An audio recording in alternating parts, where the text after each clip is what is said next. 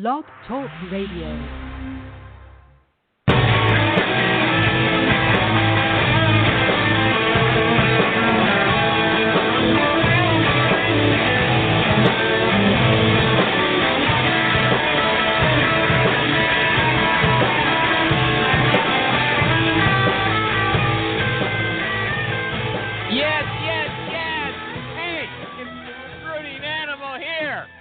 On November 9, 2016. I've been telling myself lately that I have to practice enunciating, so that was my first attempt. Anyway, what I want to tell you about today is, before the show starts, I was reading the tweets from a conference last week. It was called Transform Recruitment Marketing, and the hashtag, if you want to check all the tweets, is TransformRM.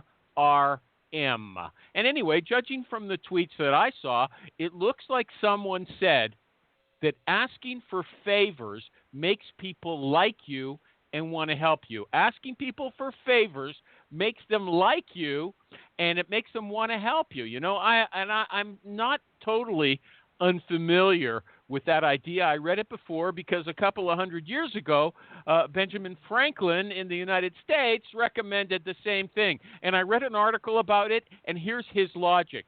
You ask for something, the person doesn't really feel like going out of his way to do something for you, but he feels obligated. He feels cornered. He doesn't think he can say no. So he gives you what you want, but then to keep himself from feeling bad about it, he convinces himself that it was a good thing to do. That's called rationalization.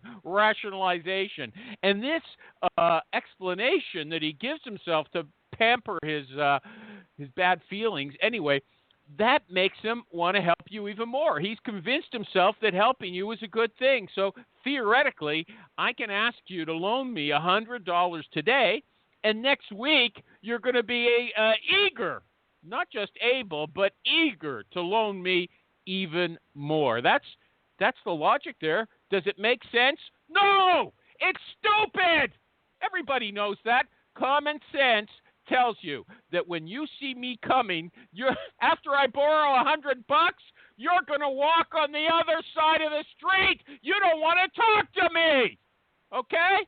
Now, how does this relate to recruiting? Well, I think these guys were talking about getting referrals. Most people, if you're a recruiter, you know that most people don't want to give you the names of their friends and the people they know. They see that as an invasion of privacy, and they're also afraid of other people getting mad at them. So usually they're not going to do you a favor, let alone become a regular source because they already gave you one or two leads, right? And here's what my good friend Jerry Albright says about this. And he's a guy who's been in the trenches. He's not some guy, a marketing guy speaking at a conference, okay? He says referrals have to be earned. They have to be earned. Asking for a favor from someone you don't know is on his, he says, on his list of top 10 ways a smarmy sales guy. Jerry finishes by saying, I rarely ask anyone for a candidate referral. And again, who knows more about recruiting? Jerry, who's been working at it for 30 years, or some pipsqueak? I couldn't find the right word. A pipsqueak at a marketing conference. You tell me on Jerry, what show is this? The Recruiting Animal Show!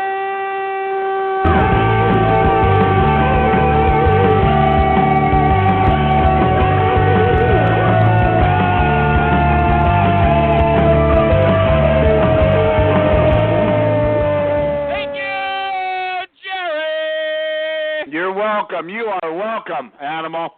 And congratulations. Congratulations. Thanks. Thank you. Okay, and I want to also thank my sponsor, Martin Snyder and PC Recruiter. Okay? Can I thank him with you?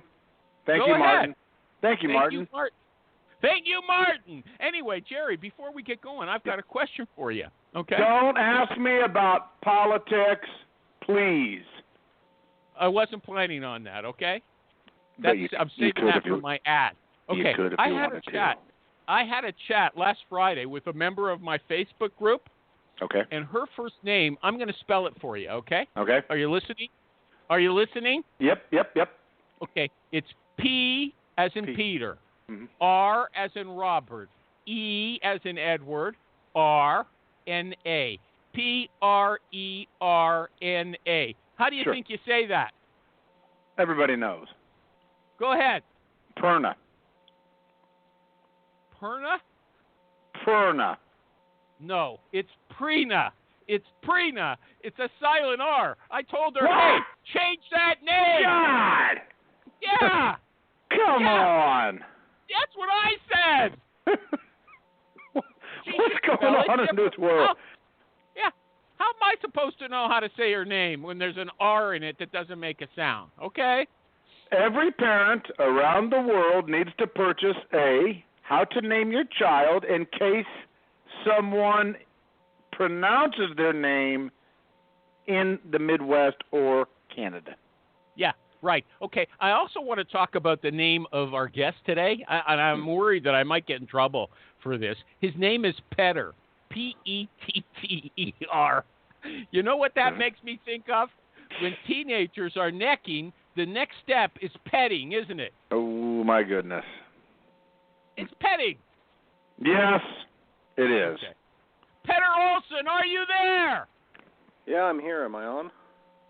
Yeah, you're on. Don't sound so excited, okay? 54 minutes to go. Okay. Hold on, yeah, sorry. This guy's not happy. He's on 2 seconds. He already sounds like he's tired of the show. Yep. I'm just tired from last night. Good lands. Well, you should have known you were being on the show today, and you didn't want to make a fool of yourself, so you should have gone to bed at a decent hour and read the paper in the morning, okay? I was, until I saw that they were neck and neck, and then I was up till 3 a.m. Okay, anyway, look, is it okay if I just call you Jimmy? No, call Jimmy me, you know, when I used to race with a group of guys, they'd call me Heavy Petter for my nickname, so if that works better, you can use that. There you go, Heavy Petter. Jerry, he's thinking the same way I did. Can you give us your elevator speech? And just in case you don't know it, an elevator speech is short and to the point. So elevator speech on, like, what I do? Okay, just introduce yourself. I can't believe these people don't know what an elevator speech is. Go ahead, introduce yourself briefly. I understand what it is. I've never had to give one, to be honest with you. Go ahead. So I'm a recruiter. I've done agency and corporate recruitment, and I like to show companies basically how to hire people using their own databases and leveraging a lot of the stuff that they've already got at their fingertips. They just don't realize how much ability they've got to hire people quickly and easily. Okay, I liked it. That's good, and we're going to get into that. That's how he goes into more depth on his LinkedIn profile. Do you use texting in your recruiting practice? No, not a lot. Not at all? Not a lot. No, I mean not for initial contact. When do you use it? Just after the candidate's already in process and we're going back and forth on interview details or anything like that. Like everybody else, animal. No. I posted an article this week where this company did a whole initial contact campaign using texts. That's what, you go on my Facebook page, recruitingtricks.com, and you'll see. Okay, what is your method of first contact, Heavy Petter? Just a telephone. Telephone? Yeah, typically telephone. Now and then, if it's a LinkedIn, I'll send them an email as a prepper, and then always do a follow-up call. Okay, so you use the phone. Do you leave voicemail messages? Yeah. And what's your response rate on voicemail messages? Just depends on the job, actually. What do you mean? What do you mean? Well, like if it's an IT job, they're getting messages all the time, so you got to do more to stay kind of on their radar. Typically, the industry that I've kind of built a lot of my business in is heavy industry, and there's not a ton of people in that space. So when I call a mine engineer out of the blue, I'd say it's probably 60-70%, just because there's not so many people playing in the space. That is a strong number. Wrong number. Yeah, but hold on a second. Why are you using the phone when everyone else says the phone is dead? It's all that's ever worked for me. Uh-huh. Okay. Well, how come you don't use the phone when you find someone on LinkedIn? You use InMail. Oh, I do. Yeah, no, trust me, the phone is always my first go-to. It's just been what I've had the best response with. So I'll do an InMail. Like if it's a bunch of people I've found, send them an InMail, but then still do the phone follow-up. It's just that's where I've gotten the best response. That's why I use a phone. Great. It figures Maureen isn't here today, all right? She would have just been in her glory to hear you say all those things. Now, You were, if I'm not mistaken, a missionary, yes or no? Yes. Okay. Now, that must be great training for recruiting. Am I right? Absolutely. Yeah? Okay. Yep. Now, many people, you can correct me, they don't like missionaries. Am I right about that? Yeah, I think, I'd say yes. My point is that you had to get used to rejection, right? Mm-hmm. Yeah. How were you trained? How were you trained as a young person? Because how old were you when you were a missionary in another country? You were in another country. 19. Okay. How did they train you to have the guts to do that? Well, you got to realize the motivation that you've got to be a missionary is pretty strong. I mean, you're not trying to sell anything per se. You're trying to offer people something that you believe is really valuable and will really, help them out in their life. Hey, wake up. You're going in there and telling them their religion is wrong. What's heavier than that, okay? That's heavier than any heavy petting, okay? Yeah, no, it's. Okay. I mean, it is. It's a really intimate thing, but surprisingly, I mean, it's something that also grabs people's attention as well. Okay, so you weren't trained. Your parents and your church didn't train you for it. You just jumped in. No, you just it's kind of like getting thrown into the deep end of a pool. Wow, incredible. Okay, just before I move away from this email and first contact thing, do you use any email finders, or really they're not important to you? No, I don't. No, you don't. Are you from the country? Because you sound like one of my cousins who's rural. Well, I mean, it's Utah, so my wife has told me from time to time I take on a bit of a drawl, but... Yeah, okay. Now, here's what you say from your... Am I missing anything? Is there something important that you want me to say that I haven't said? No, I don't think so. Okay. I'm just saying hi to Phil Marks from England. He tuned in specially to hear you, okay? So you should feel good about that. Now, nice. Okay. And I also want to say a greeting to our good friend Dur Diver, the most vicious critic of this show. He apologized that he's not going to be here to cut us up today because he has to go to the doctor. Allison Cruz asked me to pray for him. I said we only pray for job orders on this show, okay? But we do wish him well. So Dur Diver, he said he'll listen to the recording. I'm sending out golden rays to you or whatever's going to heal you. I don't know. You got so many problems. Smarten up already, okay? Anyway. Hey, it's Phil here. How you doing? Yeah, right. Yeah. What was that? Well, you said hello, so I'm saying hello. Oh. Hi, how are you, Phil? That's Phil Marks from England. Okay, so one of the tragedies in corporate life, this is what you've got on your LinkedIn profile. One of the tragedies in corporate life is when companies spend money for a Bentley when they only need a Honda to get the job done. This is the space where I have found my niche. So that's your mission in recruiting. You want to expand on that? Or you want to tell us where you came up with that Bentley and Honda thing? Yeah. So one of the companies I've worked for in the past, they spent, I think it was right about $2 million for engaging a company that... Louder!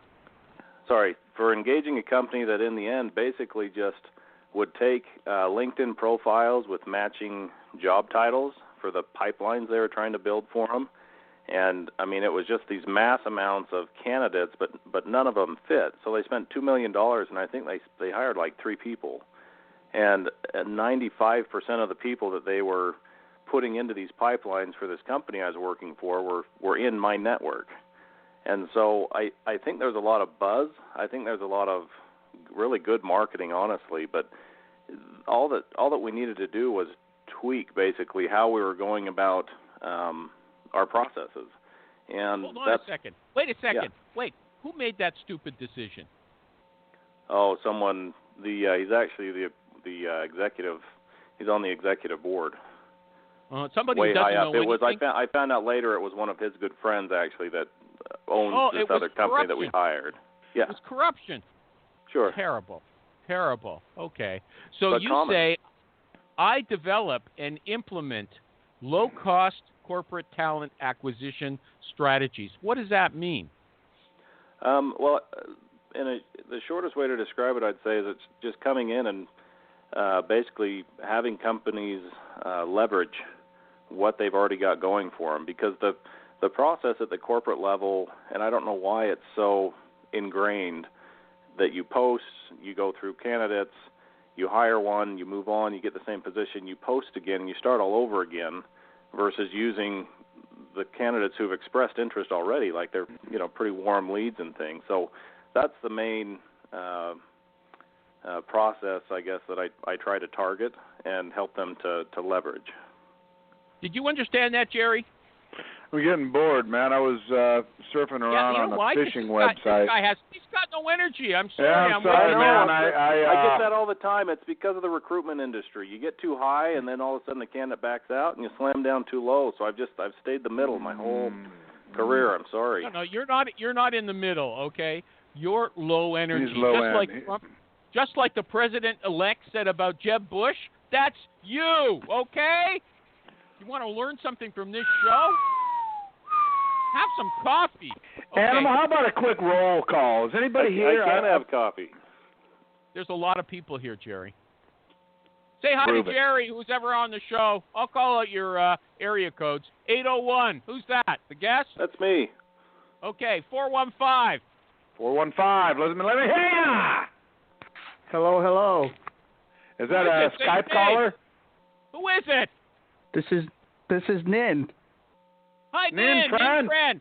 He's from Hire Tool. Hi, how's it going, guys? HIRETUAL. Hey, our guest today does not use any email finders, okay? Just so you know. Goodness. Hire Tool. Okay, area code 214. Okay. That's going to be a Texas. Okay, forget it. I don't like Come this. on, Dallas. Not bad. Look, man, the show was going nowhere. It's Durbin. Okay, You're halfway through all your callers anyway. Yeah, I'll bring it back, okay? Welding and machining. Here's what a guy said about our friend Petter. He said, I worked with Petter to identify candidates who were seasoned welding engineers and safety-centric frontline welding supervisors for a welding and machining company. I want you to tell us about that search because I've worked in that area, and nobody's got a phone. You call people, and there's like one phone for a whole shop. How do you get through to anybody? You use Maureen. Oh, okay. Well, are you serious? Are you a customer of hers? Oh, yeah. Yeah, I've used Maureen for years. Okay. The secret sauce. Yeah. Okay. So I find those kind of people are hard to identify, so you actually use a name sourcer to get them because they're not on LinkedIn. Are they anywhere else online? Welding engineers? Yeah, you can find them. A lot of the universities that they graduate from, like Montana Tech, has a great program. University of Nevada, Reno. Yeah, but how do you has a find good them program. through the university? How do you find people with experience through the university? Yeah, you just start talking to the professors who give you a few names, and then you call those few names, and you just network it. Okay. Are you good at getting referrals? Yeah, I think I'm all right. Oh, you want to tell us how you do it? I just call them up and tell them what I'm looking for and ask them who they know. There's actually, Really? I placed a guy with a big offshore oil platform company called Technip, and it was funny because I'd done searches for a few days on LinkedIn just trying to get some initial names to call, and then I just started calling the names, and the guy that I got referred to was actually in my network. He just didn't have the right keywords on his profile to be pulling up. Side. That's called the dark side of LinkedIn. Yeah. Here's the deal, Animal. He's in a world where these people are not getting recruited on the phone 10 times a day. Yep. And they're not getting spammed and emailed. So referrals almost make them feel good. Like, hey, who do you know? Like, wow, this dude wants to know who I think's a valued welder guy. Yeah. So it's a whole different world than asking yet another computer software guy for the same dude. It's just a different world. So don't act so surprised that it works. Okay. That's true. And I'm on a contract right now with a company finding IT people, and the method that I'm trying to get them to implement, it's not easy because some of the managers take to it and some of them don't. But it's basically, look, I'm going to source them and find their initial name, and then I'm going to pass that on to the hiring manager. You're going to reach out to them because that's a totally different approach than 90% of the people out there are using. So you're trying to get hiring managers to learn how to recruit? Yeah, well, not even learn how to recruit, because a lot of the hiring managers that I'm getting to kind of build these individual pools with, it's not like they have an open job. I'm just getting them to network. Okay. If any of them get real good at it, have them call me. Okay. Okay, here's a guy who said about you. He said, Petter stood out among several talent consultants because beyond presenting quality talent, in addition to that, he took time to get to know me personally. What does that mean? Because you... Some of these guys said... I think it's because I'm not smiling and dialing. You know what I mean? No. So when I talk to people, I'm not just so, because it depends where you're at, right? Some places it's like you don't have time to sit and actually go into a conversation with the person. And with the space that I work in, I actually have time that we can kind of talk about, shoot the breeze a little bit and go into some depth about what their life looks like and where they're at, and really get to know each other a bit better. Okay, but this other guy says, I have never met Petter in person, but I have a high degree of confidence in him.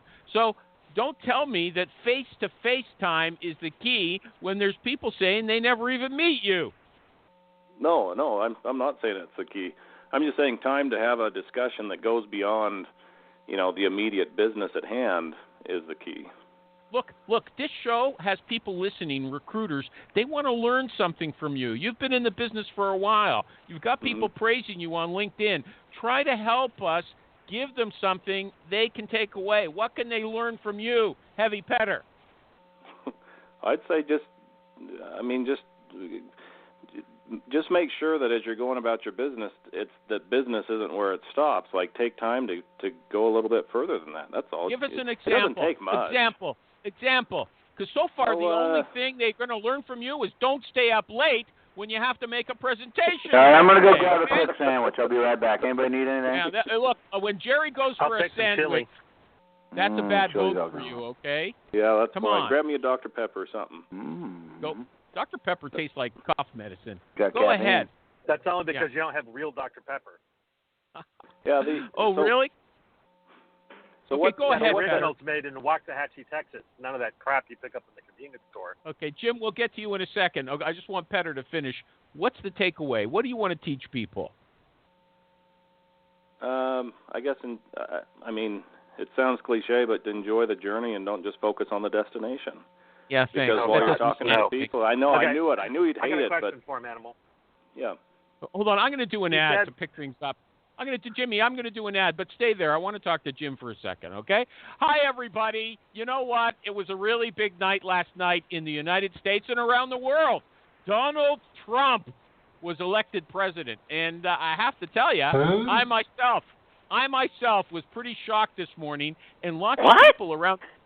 Yeah, and lots of people around the world, they're kind of scared. I've been reading all about it on Facebook. They're crying, and they don't know what to tell their kids, and, they don't know what's going to happen next year after he takes office. And some people, their solution to that worry, they're posting funny cat videos online to make people happy, help them calm down. But I'm going to make a recommendation, too. When the world seems unstable, you need something solid to hang on to. And in the world of recruiting software, that's PC Recruiter. PC Recruiter. And you know why? Because if you're a recruiter, PC Recruiter loves you. PC Recruiter loves you. They don't care who you voted for. If you're a recruiter, they love you. Maybe you're a headhunter, or maybe you're a corporate recruiter, or maybe you work in staffing. PC Recruiter is good for all kinds of recruiting, and they're not just saying that to please you. They mean it for real. So please check them out today at pcrecruiter.net. pcrecruiter.net, and tell them the recruiting animal sent you so I can get paid. Thank you. Okay, the great Jimmy Durbin calling from Texas.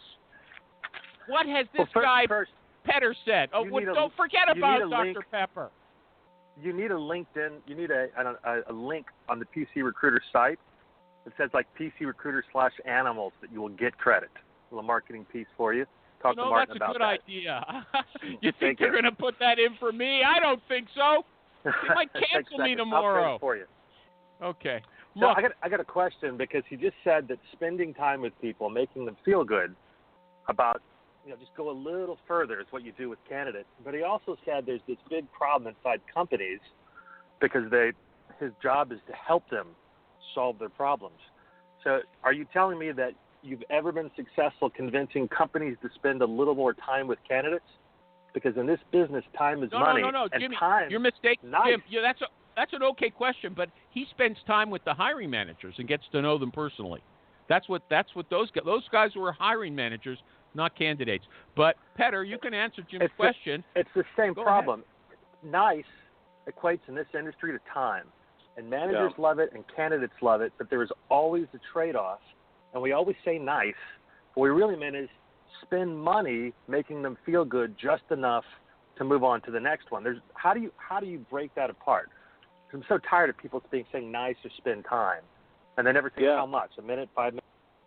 Yeah, well, it's always a funnel, right? Because you only want them to actually spend time with the people that are going to go somewhere, and so it's really not that bad of a thing. I actually had feedback from a hiring manager who I introduced to a web developer, a couple months ago, and he said, given that I was just talking to her in general about the job and what we have going on here, it was actually a really pleasant conversation, and she's someone we'll keep in touch now. So I almost feel like they don't have the time to build a network, so recruitment becomes the main engine for building up the network for different managers, and then all they've got to do is have initial conversations with them, which if you really look at it, if they're able to build a network of people so when they have an open position, it's someone that they've had several conversations with and they feel they've gotten to know fairly well and they're someone they'd want to hire, that pays off in spades.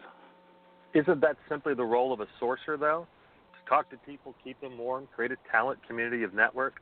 I mean, how many people are actually doing that? Yeah, that's why I say that's kind of the biggest challenge of the whole thing, because as recruiters and sourcers, we can do it all day long. It's our main job. That's kind of why we kind of have to be the initial filter and just let the cream rise to the top, but still putting them on their view, and it doesn't take them that much time. The hardest part is finding them and getting the initial engagement. And so if you're able to do that and build an initial pool of 5 or 6 or whatever for a hiring manager who's willing to do this process, I think it's a huge benefit for them when it comes time to hire. What you're talking about, let me clarify. Free interviews with a tiny pool? I mean, how is that possibly clarify. scalable? Jimmy, so what he's talking about is not actually supplying people for specific jobs just to bring them into the company's pipeline. Is that correct? Right. You're getting people that they would want to hire initially, but it's almost like you're making it a longer-term recruit, and it becomes a much better experience for the potential candidate. Because that's great that a recruiter can call and talk to them, and I don't know, I've kind of been a generalist, so I've filled positions in like medical device manufacturing, I've done stuff in welding engineering, I've done stuff in mine engineering, I've done stuff in IT, but I can't go super deep in any one of those. But my hiring managers can. Here's Jim's question. Listen to me. Here's Jim's question. How much time do you advise the hiring manager to spend on each of these people? Because you're not talking about real interviews. They're sort of pre-interviews. 10 to 20 minutes initially, and then 10 to 15-minute follow-ups, maybe once or twice a year. Okay. Anything else about that, Jim? Yeah. How is that scalable? I mean, so that's maybe one position. Are you talking to people with only one position? So that's actually an enormous investment. Because 20 minutes just chatting with them is barely. I mean, what's the point of that? On the hope that they're ready for the job? No. The point of that is just to get to know them. Because then if you've got people who are, you've got to have a pool that's big enough that when an opening comes open, the timing works out, right? But overall, I mean, it's not going to hurt a professional to talk to another professional anyway. I completely agree with the sentiment. I want to know about scale. Yeah, right. He's not going to answer that and question. I can't tell you about it honestly because I've had nobody who's bitten onto this and taken it wholeheartely. Okay, maybe there's a reason for that. Okay, I have a question. What you said about being a generalist? Okay, so you said you've got a political science degree. You're recruited in IT, welding, medical devices. How do you switch from one to the other? Like you've just switched into IT recruiting. Did you know anything about IT before that? Did you have to learn? Yeah, okay. No, I started in IT. That's where I did my first couple of years. So I had and that's where I did it in agency too. So it was high volume. Okay. I've got to listen to me. I'm going to help you because you are not keeping people interested. You're talking too slow. I'm going to make you focus. All right, I'm back. What I missed? Nothing. Okay. So here's the thing. You tell us about a time, behavioral question, when you had to recruit for a field that you had no background in. How did you do that? How did you go about doing a good job? Okay, so the role I just filled was for a OEM sales manager, national sales manager for a medical device manufacturing company. I've never done anything like that before. So I got the basic requirements of it. I looked up a slate of candidates on LinkedIn, and I just started calling them all. I mean, it was probably 15 people and 2 weeks worth of work getting a hold of them, and some of them there's probably 5 or 6 that I actually had to use Maureen for because I just couldn't get through the systems to get to them because they were kind of higher up. And just ended up calling a guy that I looked up his company on Google Maps, called the number, asked to be transferred to him, and he's the one that accepted the job eventually. Okay, but so what did you do with the intake? First of all, why did your client hire you if you didn't have an established network in that area? And what was your intake session like? What kind of information did you feel you had to get in order to do a good job? So the company that I did this for, I had previously filled their CIO just last year. And so they know that I have the ability, I guess, to fill executive type level roles. And so they gave me a call, and intake session was kind of covering the basics. What does the group look like they're going to be working in? How many direct reports? Why is the position open? Who's it replacing? Why is it replacing them? What do you need that's different in this person? What experience do you need them to bring to move you forward? Do you need them to maintain? Just all the basics. I'm sure everybody knows. Did you ask your client for specific questions, knockout questions? No. Well, then how did you know how to interview the person to see if they knew what you needed? I don't know. I just kind of went after it, and the guy submitted ended up being a good fit, I guess. I don't know there, animal. He just called up and had a chat with the guy. Yeah. When he said, "Hey, that." I mean, I can't tell you there's a secret sauce to it because it's not an area that I'd really figured out that well. I got to tell you something. You seem like a very successful recruiter to me. Okay, so there's something you're not telling us, or maybe you're just a do-it guy, not a think-it guy. Okay, like Jimmy's a think-it guy. Mm-hmm. Maybe that's what you go. Okay, so listen. Does the hiring process ever drag out? It goes on for a long time. Have you ever had that problem? Yeah. What do you do to keep the person interested? Do you do anything special to make them feel there's some progress even when there really isn't any? No, I mean, I think it's just keeping in touch with them. If there are people that we want and they're in the waiting process for a while, it's just a matter of touching bases with them enough that they don't feel like they're being neglected. I think people. Well, what do you say to them patient. exactly? What do you say to them exactly? I'll just call and touch bases with them, let them know what progress there is, if any.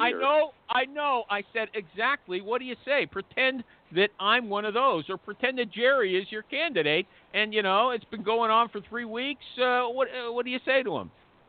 Hey Jerry, this is better. Just calling up to touch bases with you. I know we haven't had a lot of progress lately. Yeah. What's been going on, man? I'm getting kind of burned out on this deal. Yeah, are you looking at anything else or? All kinds of stuff. Okay, are you making much progress? Yep. Okay, where would you rank this as far as interest with all the other things you're Well, I considering? mean, it sounded good, but man, I mean, do they want to interview me or what? I mean, Yeah, they're saying they do. I guess they've had some complications with his schedule. The manager's been traveling a little bit, but they're telling me that I should have some feedback for sure by the beginning of next week, Monday, Tuesday at the latest. do you swear? No, I try not to. No, I mean, Well, do let me you ask swear you a that I'll get feedback? Is this what it's, Petter, is this going to be a sign of what it's like when I go into the company? Nothing happens? You Yeah. can't get anything moving? It could be. I mean, it could be. I mean, it is what it is, and if that's how it is, a lot of people, they're used to that being the culture of that industry. I mean, like mining. If you're looking to do a direct placement with mining companies, you're doing really well if the turnaround's 3 months. Oh, yeah? I've recruited mining engineers around the world, and they're some of the nicest people I ever talked to. Yep. And they love their fantastic. job. You figure Yep. they'd hate it. But listen, actually, I just want to take advantage of this time that you're saying a lot of good stuff about Maureen. I think she's fantastic at what she does. And it sounds like you do, too. Am I right about that? Yeah, absolutely. Okay. You Namesources.com. You remember way back when you were talking about passive candidate recruitment? It was like back in 2010, and you had asked me if I wanted to be on the show. No, I don't remember. It was quite a while ago. Uh-huh. Yeah. 2010. I don't know if there was such a year. Okay. What else? You know what? I've got lots of questions. I'll give you some quickies, okay? It sounds like you've done work recruiting with Twitter. Am I right about that? No. You said putting something on Twitter. Okay. You don't recruit on Twitter. Do you No. recruit on Facebook? On Facebook? No. Nope. Why not? I just haven't messed around with it much. You had that guy on you had that tool for Facebook or something, and I messed around with it. It just didn't really go anywhere. Yeah, it didn't for me either with his tool. But there's a free tool that, what's the guy's name? Cusker, Sean Cusker. Look it up. And I can't remember his company's name, One Intelligence or something like that. Not a good name, but his name's Sean, Sean, Cusker, Cusker. Everybody raves about his Facebook tool. And we got Jimmy on the line now. He's actually, in my opinion, a Facebook expert. What Is about this a segue to the second part of the show? Is this, no, you're coming back was the second part of the show, okay? Okay. Look, tell us about your business development, because you said business development is one of your strong points. Am I right about that?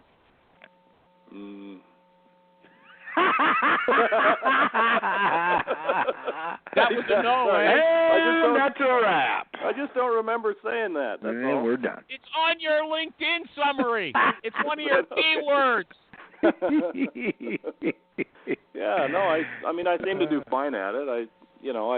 I find that the best way that you can do business development is you do it when you really don't need it, because then you don't come off as needy to the client. Yeah. What do you say to them, though? Give us your business development call. Call Jerry. No, don't call me. I was just a candidate that you've been stringing along. No, I can't switch like that. I Call think me, you call can. me. Well, then you Okay. got the job and you got promoted, so now you're the manager. Take the Okay, call. good Yeah. deal. All right, this is ring. Yep. This is Jerry. Hi, Jerry. This is Petter Olsen. I actually do recruitment in the mining industry. Okay, I hold on. noticed that you Okay, guys- who's this again? Sorry, this is Petter Olsen. Petter Actually, Olsen? Yeah, I do. I'm a recruiter Okay. in the Be mining nice, industry. Jerry. Gotcha. And I just noticed you guys had a senior mining engineer position open. I didn't know where things were at with that, or if you needed any help. I'm not aware of that one. Where'd you see that? I was just posted on Indeed. I saw it, but we don't use agencies. Okay. Yeah, I've got my friend, my HR buddy here on speakerphone in the office with me. You can talk to him, Pete.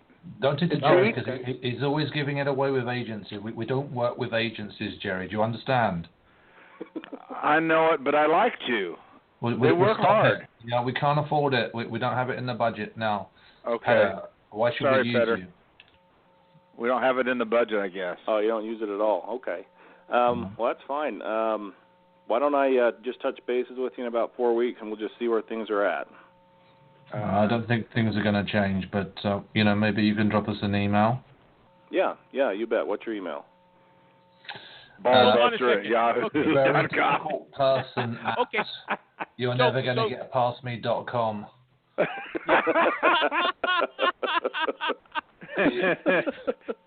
Phil, that's funny. Mark's in England. What should he have said to you? Phil. How many candidates have you put in front of Jerry in the last 2 days? Yeah, you know, it's never been a problem, because typically if you just continue to stay on their radar, they'll reach a point where they're like, okay, let's give this guy a shot. But what about what am I going to send him? I can't send him a candidate for that's just a general. I mean, it's just a general. Mining engineer. I guess I can send them that, but I like to be more targeted than that. No, but you saw they've got an opening. You called and said, I'm trying to fill a job. What about what Jim Durbin just said? He said, how many candidates has Phil given you? That's a great question. What would Jim, have you ever used that? No, I don't have that kind of courage. That's cheeky. I don't get on calls with HR people on speaker either, so. Okay. It surprised me too, but in this industry you never know. Phil Marks. You never know. Phil Marks, what should he have said, or were you satisfied with the way he handled that? Well, it would be good to know why he wouldn't use agencies. Is there any particular reason? Have you had some really bad experiences? Said budget. You told him the budget. You said you don't have the budget for it. Yeah, and if that's the answer, I'd be moving on anyway. Yeah. Okay, I just wanted to see if there's no real tough salespeople here who would fight for that job order, because some people would. I would fight. I would say, okay, I appreciate you haven't got the budget, but if it's a key role, if you're struggling with it, if it's taking some time, we might be flexible on rates. We've not worked with you before, so we just want you with the opportunity to work with you this one particular time. We'll be open, we'll be helpful, and we really want to differentiate, and we really want to help you. So just allow us that opportunity, and show us some flexibility, and let's take this to the next stage. The old fee drops straight out of the gate. Well, you've got to start somewhere. I know, man. There's a million ways to do this, and I like them all. Petter. Yeah. Will you negotiate your fee? It depends. I can negotiate the fee. It just depends, though. Give us an example. Do you remember anything? Why didn't you say that? Well, I mean, it depends on what kind of. I mean, are we looking at a longer term kind of partnership? Is it a one-off? Is it a ongoing thing? Can you give me so many recs a send year? Me some resumes. We'll do it at 12%. Long term. Yeah, that's all that, man. We're going to hire a bunch of people. We only pay 15%. Yeah, no. See, and that's where you just become choosy and you move on to where the better money is. That's fantastic. That's 3% more than what our terms are. Thank you very much. Okay, I got to do another ad. Hey, everybody, remember me, the recruiting animal. Remember my sponsor, PC Recruiter. PC Recruiter. And you know what? Every Tuesday is a special day at PC Recruiter. They call it 2-Minute Tuesday. 2-Minute Tuesday. They release a 2-minute video that tells you something about their product, about how to do something specific on that product. And just in case you didn't know, I was thinking about it before the show started. PC Recruiter does not stand for politically correct recruiter, okay? It stands for personal computer recruiter, okay? Not politically correct. We're not politically correct. We're not too politically correct here. But anyway, what I wanted to tell you about was 2-Minute Tuesday. Go to pcrecruiter.net, and you'll find it there. Thank you. Okay. You know what? Glenn Cathy? Glenn Cathy's not at K-Force anymore, I noticed. What? Yeah, he's not there since September. What? But anyway... Yeah, he says you can't. He has an article. He says you can't judge someone by a resume. You cannot see if someone is a match for a job from her resume. You can just see if her basic. You can get a real hell of a good idea. Okay, I think so too. Perhaps he could have somehow kept his job a little longer at K-Force if he wouldn't have such an absurd opinion. But Glenn Cathy gets invited. He knows I'm just kidding. He doesn't listen to the show anyway. And no one's going to tell him anyway. But because even he used to work with Allison Cruz, but not anymore. Not anymore, obviously. Okay, so he says you can see if someone has the basic qualifications or actually doesn't or something like that. But really, what you have to do is phone a person and find out in detail. So, Petter, are you with Jerry and me and think that resumes are pretty revealing? Before Petter answers that, let me clarify my position on it. I wouldn't say that you're definitely going to hire somebody or not based on a resume, but you can tell whether somebody's in the ballpark or not by the resume. Yeah. And if there's a key skill that's a huge part of your job and somebody just doesn't happen to mention it on their resume, calling them and asking them if they know anything about it, and then they say yes, they still don't know anything about it. So I'm back to disagreeing with Glenn Cathy. Yeah, you disagree absolutely with Glenn Cathy. Does anybody agree with Glenn Cathy? 60% of the time, it's right 100% of the time. What'd you say? I would disagree with it.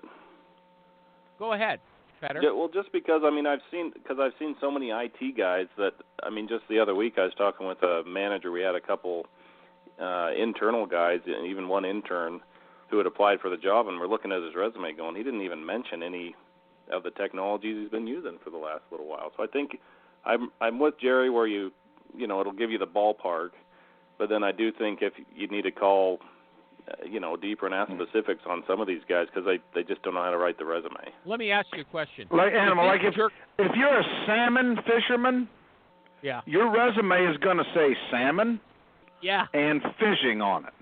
Yeah. Depends. Okay. Depends if you're smart enough. There's just it's a really limited amount that blow that, but I have seen it happen. I got to ask you, if you've got an IT person and doesn't say what kind of tool, programs languages he's working with, why would you even call him? Why would you talk to him? Well, if because of the company he works for? Yeah, the company he works for, the space he's in, and the fact that IT guys are really hard to find. Well, and also, Animal, on that, sometimes companies want somebody that just stays up on the latest open source web tools, and those things change every 2 months anyway. So you want somebody with a history of exploring new solutions, adopting it, using it, seeing if it works, or if it doesn't work for whatever solution you were looking for. You're not going to see all the little tools on the resume like you would maybe like a machinist or something.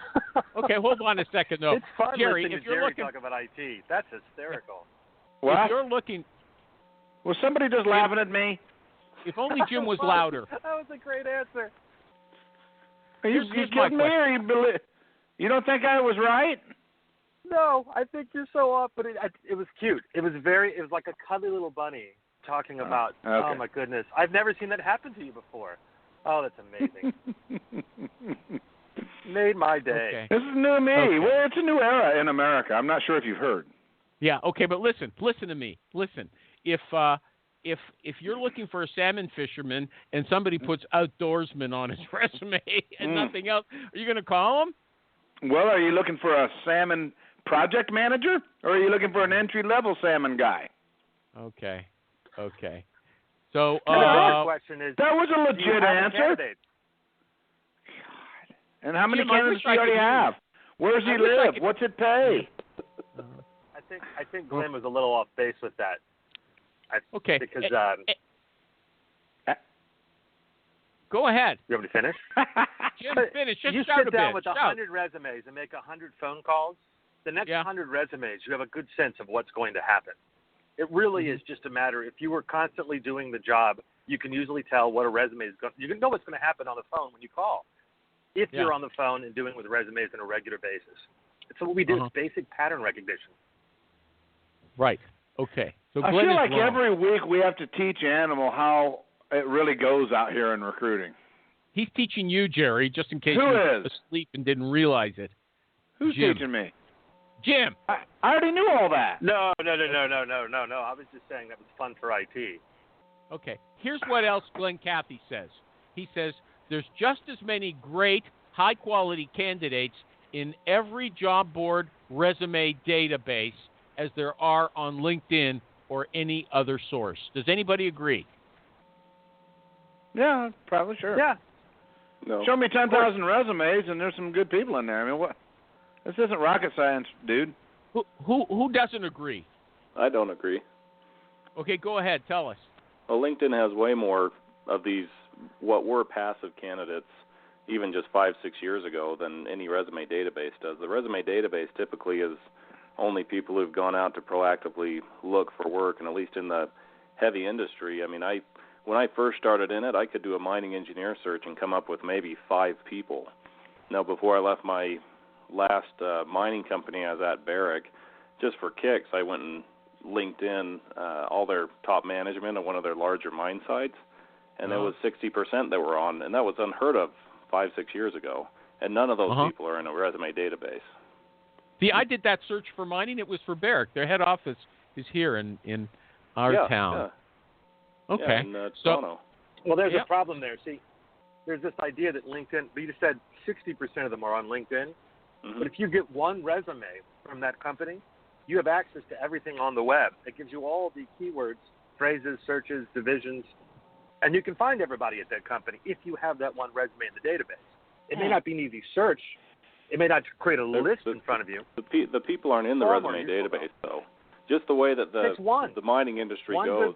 Yeah, but Jim is drawing a conclusion. He made a great leap of faith here. From the mining person, the HR person, the marketing one, someone who was in it for a while, they all provide clues. Everything you need to find the full list. Jim, but you're assuming that everybody else in the company is somewhere online, and that's not necessarily true. Yeah, they are. No, that's not a question. Yeah, they are. Yeah, they are. It depends on the industry. I just pulled up every registered voter in one of the congressional districts and hit them with Facebook ads for $2,300 and hit over half of them. I guarantee you that they're all online in some way. Just most people don't bother to do it. I don't believe it. Okay. Like if you're looking for welding engineers and you get the HR manager at Barrick, you're not going to be able to use the stuff from the HR manager to dig up welding engineers in whatever corner of the internet you can. They are. Of course you can. That's what recruiters used to do. Give me one name. Like you call through the phone book, somebody knows somebody else. This is how humans think. We've been tricked into thinking you have to write a search to pull a list, but a much better search is looking at an individual who works in the industry and thinking, where did they work before? Where did they go now? Who are they working with? I'm with Jim. I mean, that's just how our brain works. Yeah. I'm with Jim. Okay, I got a question I forgot to ask. Speaking I of learned job, from guys like Jerry. That's how we used to do it. Remember back when you were in recruiting, Animal? Yeah, I got to go back to this job board question. Do you often go to the job boards and look up ads and then call the companies for them, Petter? No, not often.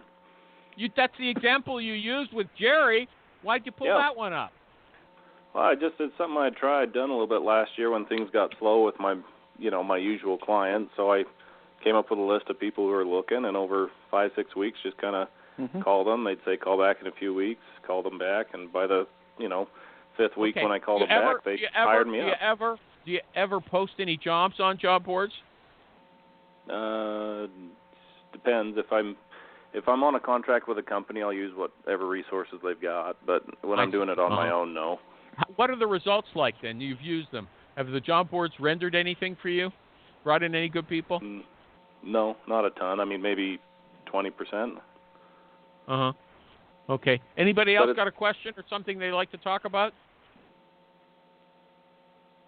No? No. What about Phil Marks in England? He likes to talk.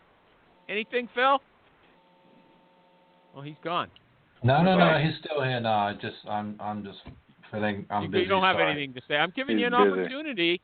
Okay. I said plenty. Yeah, he was great.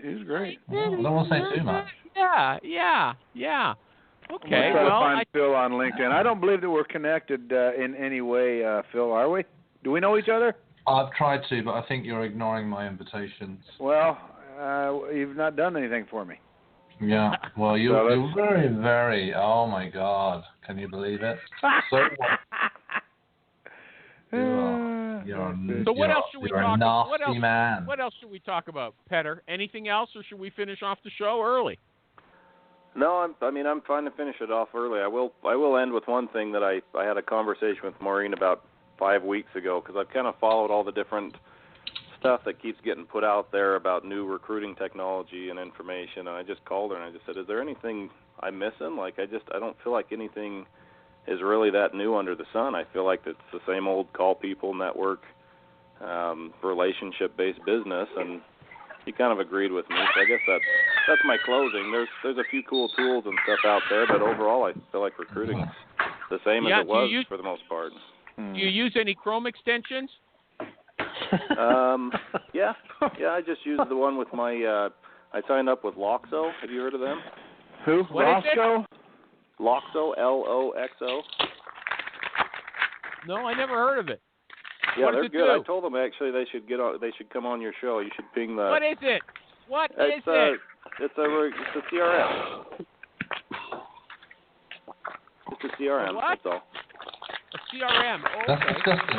Stop making that noise. Jerry, Glenn. Phone is now in their pocket. That's not me, Animal. That is not me. Okay, last question.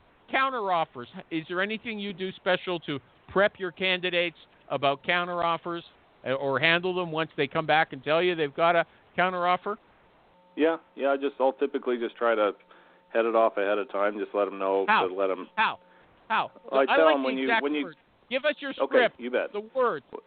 So when you go to resign, if they do end up giving you a counteroffer, I would just let them know that your mind's made up and you're going to accept this offer. So you just tell them what to do. You don't go for any of the background stuff on it. Well, if they say, well, I might be interested in a counteroffer, then we'll go further. But What will you say then? they, What will you say then if they say, look, if they offer me another $10,000, I'm staying? What would you say? I'd say, well, maybe we've been looking at this for the wrong reasons if it's just about the money. Oh. But, of course, you would have already covered that much earlier in the process. Right. Uh-huh. Yeah. And is it true, like... We're not newbies here, Animal. No. We know what's going on. If you think someone just wants to move for the money, will you rule them out? No, but I will let the client know that that's kind of that's what I'm picking up when in conversations with them, that it's a bit of a red flag. We should watch it. Why do people usually make moves, do you think? Professional development. Really? That's the key? I think so. Welding on bigger engagement. Yeah. Okay. Do you have are you on Twitter, Petter? Because I couldn't find you. I think I'm on there, but it's an account that I don't think I've opened for 3 or 4 years. Yep. 4 years. Okay. So Then you're how the do you first stay guy. in business? Yeah. Yeah. Yeah, I that's mean, a good question. It's worked so Without far. Twitter, I'm going to have to sneak out a little early. Nice talk, everybody. Take care. Well, we're just wrapping up anyway. I forgot. I had another question for you, and I can't remember. You're the first guy who's given Maureen a good ad. I used to do ads for Maureen, and they were very good. I've got them on. I can play them. But you're a guy who's been there, and I know as well. She does a great job. Okay, So Phil Marks from England, thanks for coming on. Jimmy Durbin, always love to hear from you.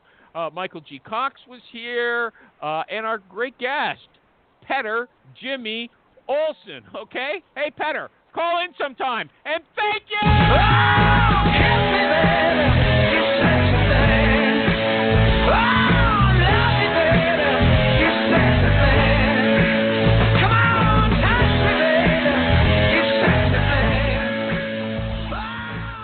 All right, so 18 years in the industry, started with the family firm, recruiting industry. Oh, there you have it. Jerry, wake up. You recommended this guy. Go ahead. I mentioned it offhand when I was in a drunken stupor. Don't ask Jerry for advice after 5 p.m. Okay, go ahead, Brian. God.